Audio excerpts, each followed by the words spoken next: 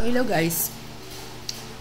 Hello, ngayon na lang ulit ako nakapag-vlog ng katatapos ko lang magluto. Ang ulam ko ay igado. Igado na napakaraming paminta kasi ito mo yung lagay namin paminta.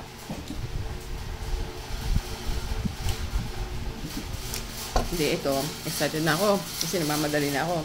Pagbukas na pagbukas, binuhos ko kaagad. Wala pala siyang stopper.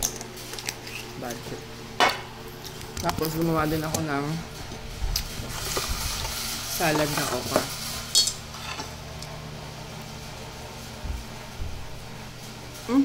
Tigas naman ito.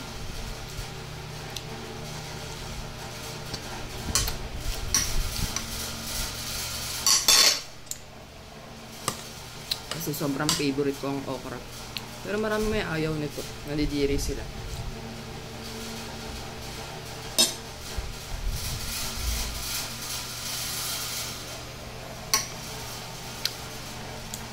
Diba? Ang sarap. Hindi ko lang alam kung maririnig tong boses ko kasi naka-earphone na.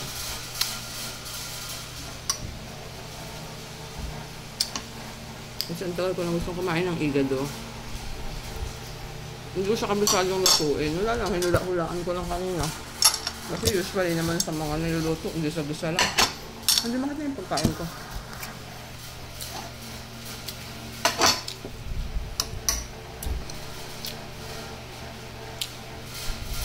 Tapos, doon ko pinagayat sa hindi naman mananggayat, lalaki. Ayoko na siyang gayatin pa.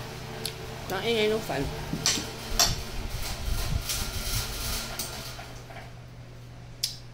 So, ayun.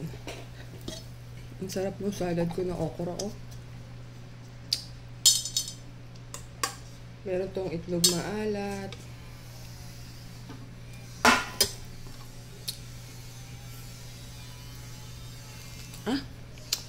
Ang gulang niya na.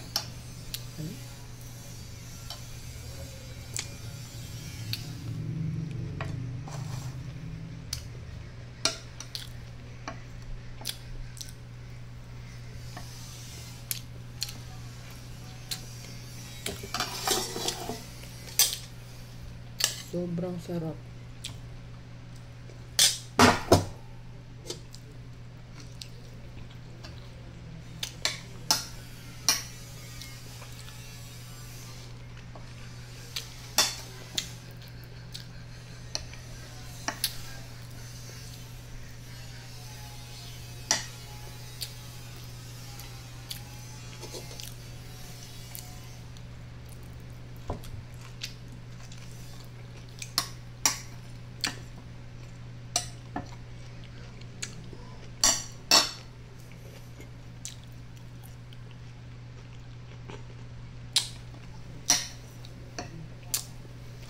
Ilalagdag pa ako, konti na lang.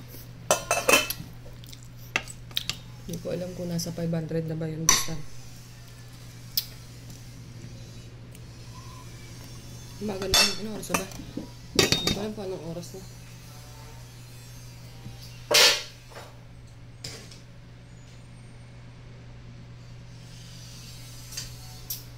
Tcharan! Ang sarap kumain. Sana katulad na lang ako sa iba na kahit anong kain, hindi nataba. Ako kasi, grabe. Kumain na ako saglit, mataba na ako.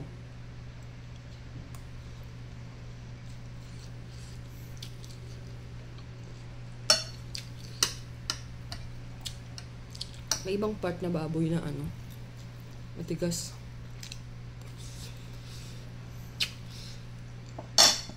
Nabasili.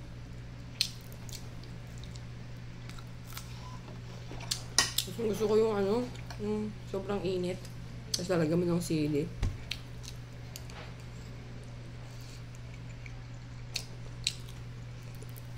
Yung iba daw, hindi nakakakain na may sili. Parang di nila nalalasahan yung pagkain nila. Ako naman, parang di nabubusog pag walang sili. Pero nalalasahan ko pa naman.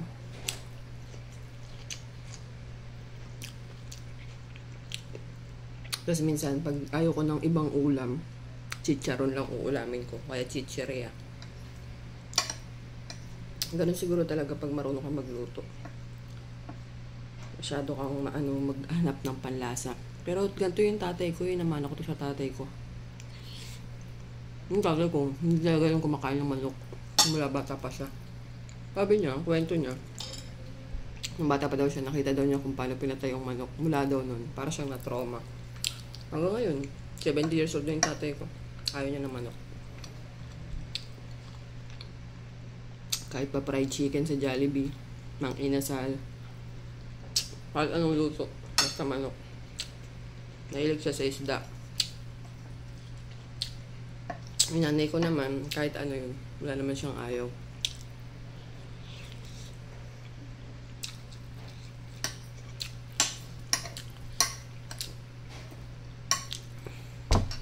Sobrang sarap. Hindi, excited ako kumain, pero parang bes naubos ng kanin ko, wala na. Pero calorie. Kaya hindi ako nataba, hindi rin ako napayat.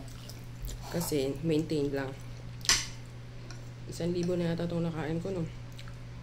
Ayaw ko na magsuka.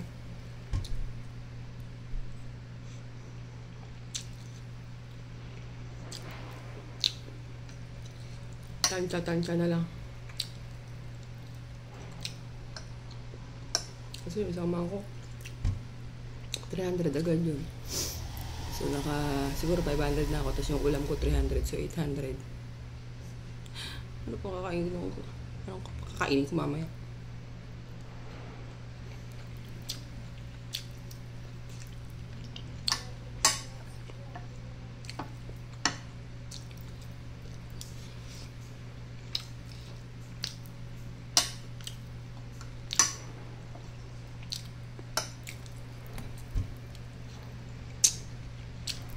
Sobrang sarap. As in. So, ayun. Hindi na muna ako kakanin ulit para mamaya ulit.